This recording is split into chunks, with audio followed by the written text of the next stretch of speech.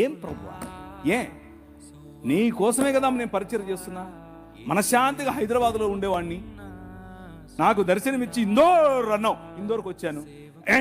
ఈమెను పెళ్లి చేసుకో అన్నావు, నా పాస్టర్ కూతుర్ని చేసుకున్నాను. నా భాష కాదు, నా కులం కాదు, నా మతం కాదు, నా ప్రజలు కాదు, నా భాష ఏది కాదు, నా సంస్కృతి కాదు, చేసుకోమంటే చేసుకుంటుంది.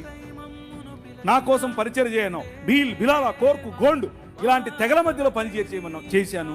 ముస్లింలు వచ్చి చిరుతపులలాగా పడుతున్నారు, కానీ నువ్వేమన్నావు?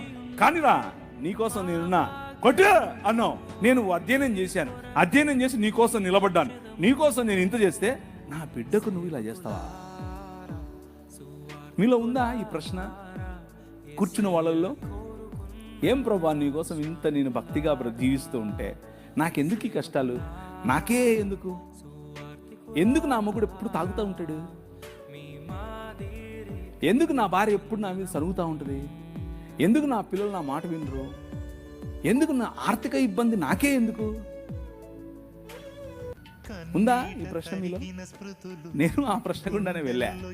హబక్కూకు గ్రంథంలో హబక్కూకు మఠం వేసుకొని గోపురం ఎక్కుతాడు, గోపురం ఎక్కి కూర్చుంటాడు. నువ్వు నాకు చెప్పాల్సిందే, నేను వదలను.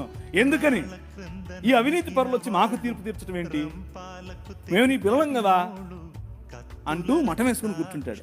ప్రభు అంటున్నాడు, అన్యాయము చేసే వారి యొక్క తలల పైన ఈటెలు దించడానికి నేను బయలుదేరాను. చూస్తూ ఉండు, సంవత్సరములు గడిచిపోతూ ఉంటాయి, కానీ నా కార్యము నూతన పరుస్తూ ఉంటుంది. సమస్తాన్ని నూతనం చేయటానికి నీ రాజు బయలుదేరాడు. ఆ మాట మాట్లాడు.